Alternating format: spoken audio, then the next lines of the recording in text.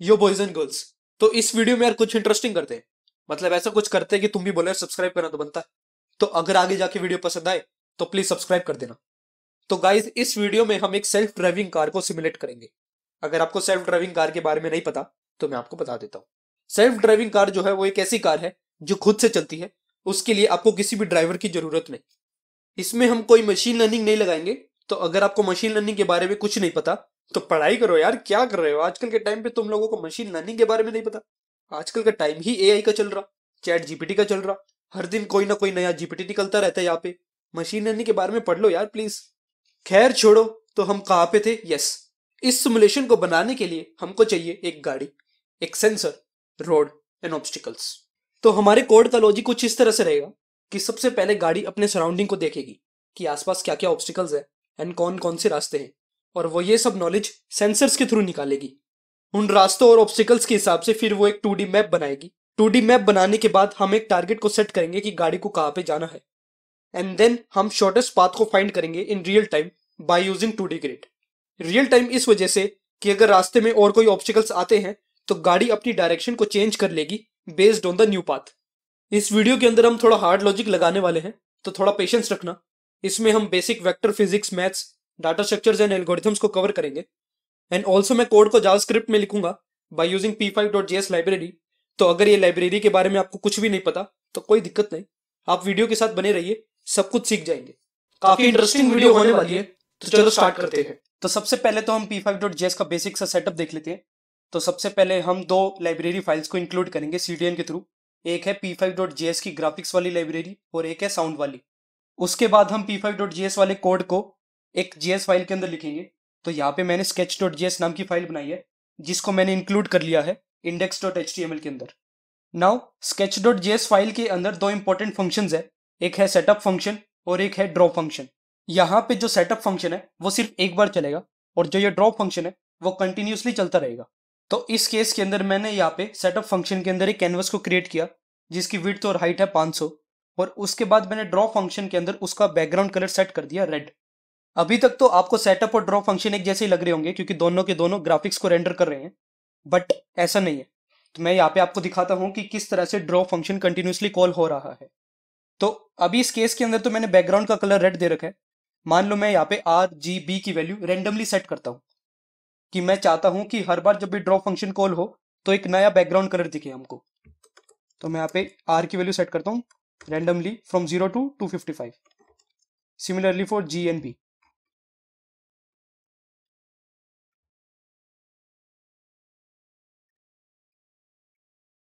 तो आप देख सकते हो कि किस तरीके से हर बार ड्रॉ फंक्शन की कॉल होने पर बैकग्राउंड का कलर चेंज हो जा रहा है, जिसकी वजह से हमको इस तरीके की एनिमेशन दिख रही है।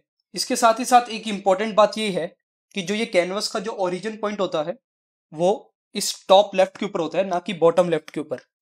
तो करंटली अगर ये हमारा कैनवस है तो ये हमारा ओरिजिन पॉइंट हो गया, ये हमारी वाई एक्सिस और ये हमारी एक्स एक्सिस।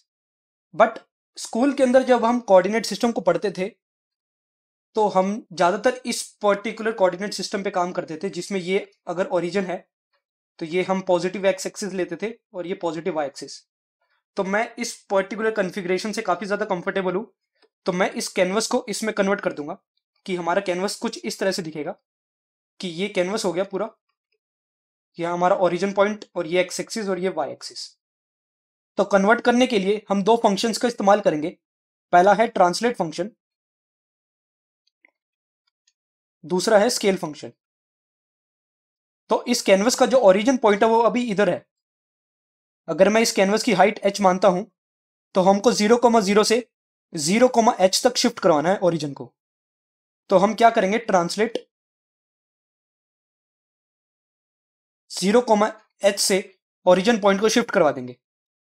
शिफ्ट करवाने के बाद हमारा जो कैनवस है वो कुछ इस तरह से दिखेगा।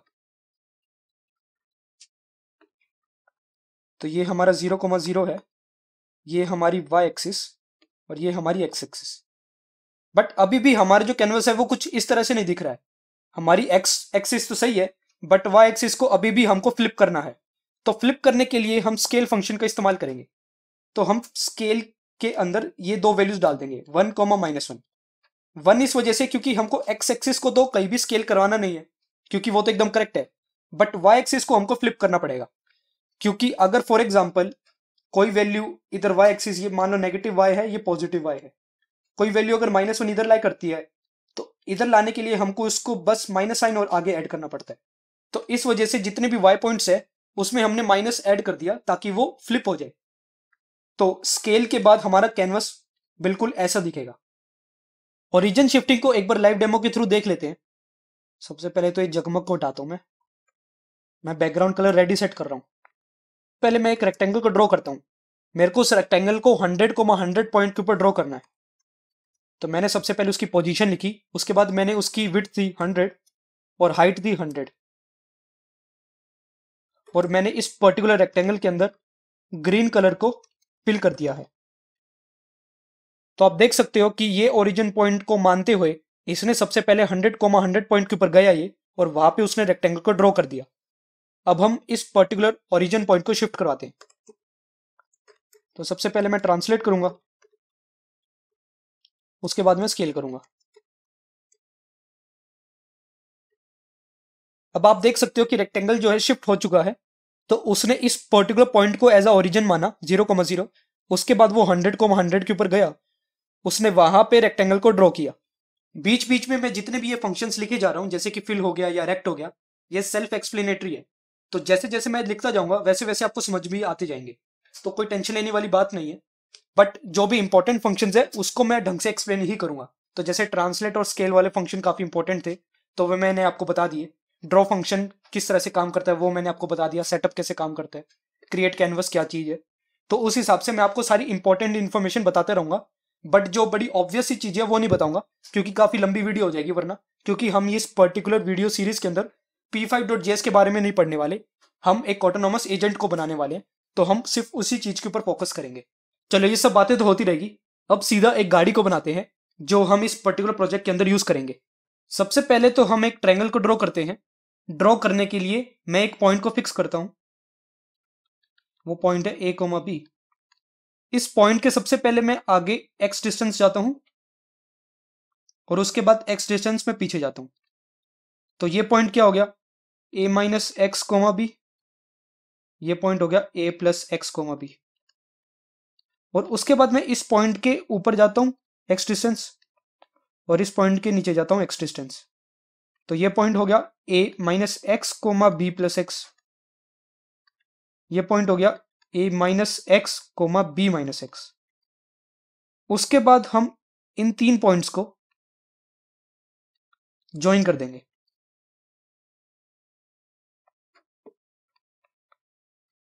इन तीनों पॉइंट को ज्वाइन करने से हमको एक ट्रायंगल मिल जाएगा। एंड जो हमको 2 सर्कल बनाने थे, हम उन 2 सर्कल को इन 2 पॉइंट्स के ऊपर बना देंगे। पहले तो इतनी फिगर को एक बार ड्रॉ कर लेते हैं। तो मान लो हमारा जो x था वो है 10। 10 ही थोड़ा बड़ा ले लेते, वैल्यू 20 ले लेते हैं। a पॉइंट को मैं ले लेता हूं 300 एंड b को भी मैं 300 ले लेता हूं। तो हमारा ट्रायंगल का एक पॉइंट हो गया a minus x comma b minus x.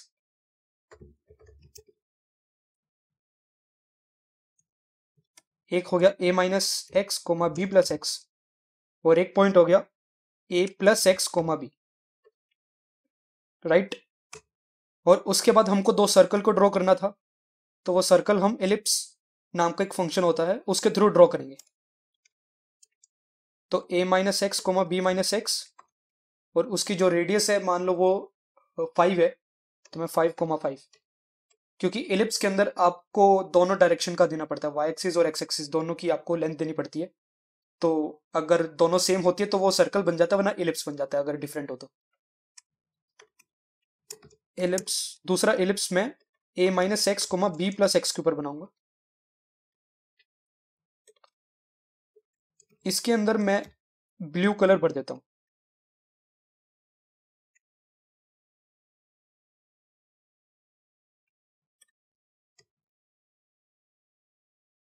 तो हमारा ट्रायंगल कुछ इस तरह से दिख रहा है और हमारे सर्कल कुछ इस तरीके से। तो सबसे पहले तो हम इस एलिप्स के अंदर जो हमने रेडियस सेट किया है उसको x के टर्म्स में ही लिख देते हैं। ताकि थोड़ा सोचना आसान हो जाए, क्योंकि वरना वेरिएबल्स बहुत ज्यादा हो जाएंगे। तो मैं यहाँ पे x/2 लिख देता हूं।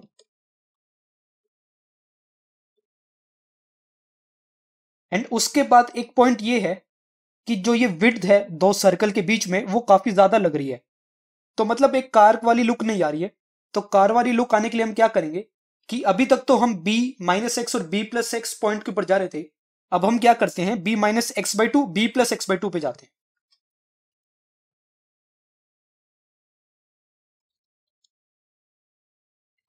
हाँ, अब आई ना बढ़िया फील। इन सब के बाद अब एक रेक्टेंगल को ड्रॉ करते हैं। तो हमारा रेक्टेंगल कुछ इस तरह से दिखेगा।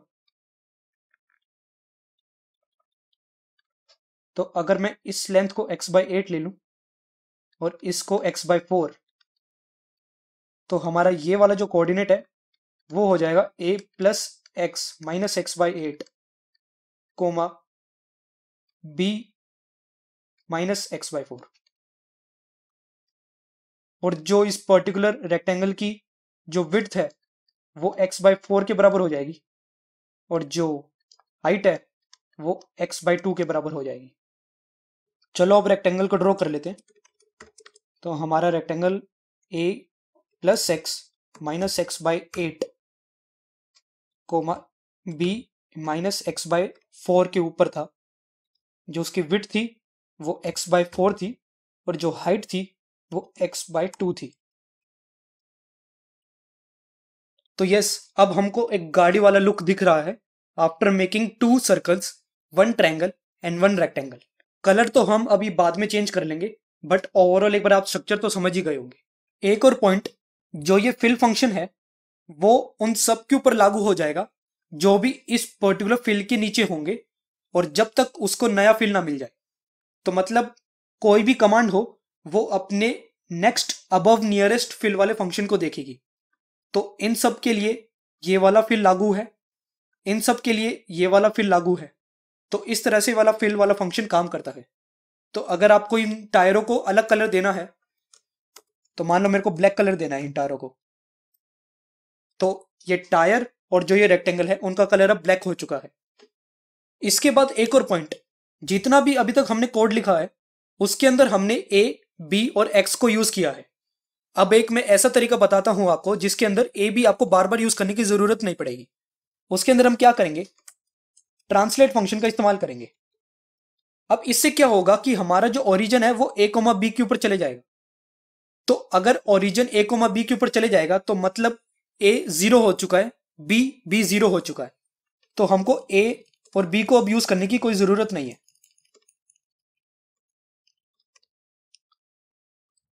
तो हम ये सारी वैल्यूज को अब हटा सकते हैं। तो आप देख सकते हो इन a और b को हटाने के बाद भी हमारी फिगर वही पे ही है कैनवस के ऊपर। अभी तक हमने एक गाड़ी को बना लिया है। अब हम एक ट्रैक को बनाते हैं जिसके ऊपर ये गाड़ी चलेगी। ट्रैक को बनाने के लिए हम लाइन फंक्शन का इस्तेमाल करेंगे। लाइन फंक्शन के इनपुट में हम 2 पॉइंट्स को देते हैं। मान लो मैंने दिया 10,20 से 50,60 तक। तो यहां पे आप देख सकते हो एक लाइन बन चुकी है। अब अगर हमको इस लाइन की चौड़ाई को बड़ा करना है तो उसके लिए एक फंक्शन होता है स्ट्रोक वेट करके। मान लो वो मैंने 10 दे दिया। लाइन तो मोटी हो गई है, बट बाकी की शेप्स की बाउंड्री भी अब मोटी हो चुकी है। अब ये कैसे हो गया, ये इस वजह से होता है, जो ये 23rd लाइन के ऊपर मैंने स्ट्रोक वेट लिखा और उसके बाद 26th के ऊपर ये फंक्शन खत्म हो गया, उसके बाद दोबारा से ड्रॉ फंक्शन चलता है।